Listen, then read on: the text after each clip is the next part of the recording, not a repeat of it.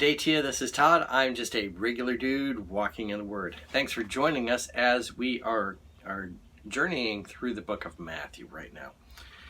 We're getting close to the end. We're spending time in chapter 26. Chapter 26 of Matthew is a long chapter, okay? And today we want to talk about the time in where Jesus spends in the Garden of Gethsemane, okay? That name Gethsemane will always go down in history as a time where it'll be always remembered as a place where Jesus spent his last hours before he was taken away to be crucified. So anyway, we're going to spend a time looking at that today. The passage today is taken from Matthew 26, verses 36 to 46. Okay, and it's entitled today, The Agony of Sin. You're going to see how Jesus was suffering during this time, and it wasn't suffering because of other things around him. He was in agony because he knew he was taking on the sin of the world, okay? And he was asking God, is there another way this can be dealt with? And there wasn't, okay? And so we know as a result just of this passage here, if you read just this passage, you know there's only one way to salvation, okay? God didn't, during this time, God didn't say, oh, I guess we can have another way of salvation. No, this is the only way of salvation. Death of Jesus was the only way of salvation, okay?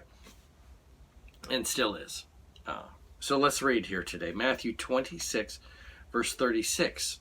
It says this: Then Jesus went with his disciples to a place called Gethsemane, and he said to them, sit here while I go over there and pray. He took Peter and his two sons of Zebedee along with him, and he began to be sorrowful and troubled. Okay? And he began to be sorrowful and troubled about the sin that he was getting ready to take on. Okay?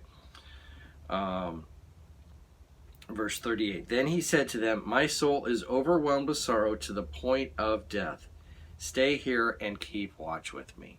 Okay, so again, Jesus is describing here what is going on within him about his sorrow and how he's torn up about the sin that he's taking on here.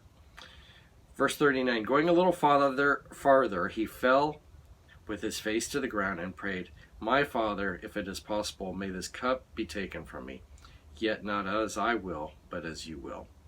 Okay, so that's the first time he prays. And he prays, God, if there's another way, let's do that other way. And God does not answer because there is no other way. Okay, that's the first time. Verse 40, then he returned to his disciples and found them sleeping. Couldn't you men keep watch with me for 1 hour? He asked Peter, watch and pray so that you will not fall into temptation. The spirit is willing, but the flesh is weak. And you will see how that plays out at the end of this chapter, okay? Jesus is talking directly to him, and you'll see that play out. Just that little sentence right there, okay? Verse 42, he went away a second time and prayed, my Father, if it is possible for this cup to be taken away, unless I drink it, may your will be done. Okay. And again, God does not answer because there is no other way. Verse 43, when he came back, he again found them sleeping because their eyes were heavy. So he left them and went away once more and prayed the third time, saying the same thing. Okay. And again, God does not answer because there is no other way. Verse 45, then he returned to his disciples and said to them, are you still sleeping and resting? Look, the hour has come, and the Son of Man is to be delivered into the hands of sinners. Rise, let us go. Here comes my betrayer. Okay? We can look at this today and go and point to the disciples and look at like, oh, they couldn't stay awake and stuff. But let's focus on what Jesus was doing here. He was in agony, and he was in agony because of the sin he was taking on for myself, for yourself, for the others throughout this world. He was taking on that sin. That's the big message here. He had the agony of taking on that sin. And the other thing is too, he was asking God, is there another way that this can be done without me having to go through this? And God did not answer that because there was no other way. This was the only way that this could be done. And so Jesus, you'll see as we continue on here, Jesus will fulfill that, okay? And God had this planned out, okay? It wasn't a surprise thing and he was doing it off the cuff. He had this planned out.